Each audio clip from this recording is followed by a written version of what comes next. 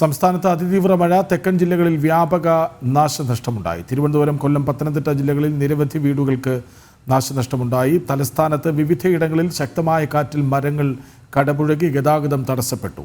നഗരപ്രദേശങ്ങളിൽ വൈദ്യുതി ബന്ധം വിച്ഛേദിക്കപ്പെട്ടു. തിരുവനന്തപുരത്ത് ഗ്രീൻഫീൽഡ് സ്റ്റേഡിയത്തിന്റെ മേൽക്കൂര മഴയിൽ തകർന്നു.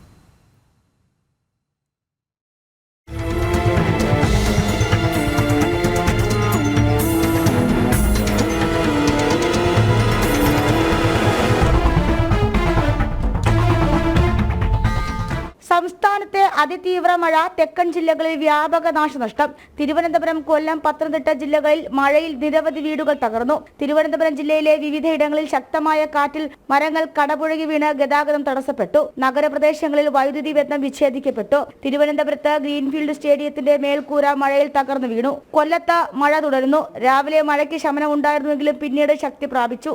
ഇന്നലെ രാത്രി ഉണ്ടായ മഴയിൽ പുനലൂർ, അഞ്ചൽ, കല്ലട ഭാഗങ്ങളിൽ നാശനഷ്ടങ്ങളുണ്ടായി. പുനലൂർ ഐക്കരക്കോടത്ത് വീടിന് മുകളിലേക്ക് മരം കടപുഴകി വീണു. വീട്ടുകാർ അത്ഭുതകരമായി രക്ഷപ്പെട്ടു. മേൽക്കൂര തകർന്ന് വീട്ടുപകരണങ്ങൾ നശിച്ചു.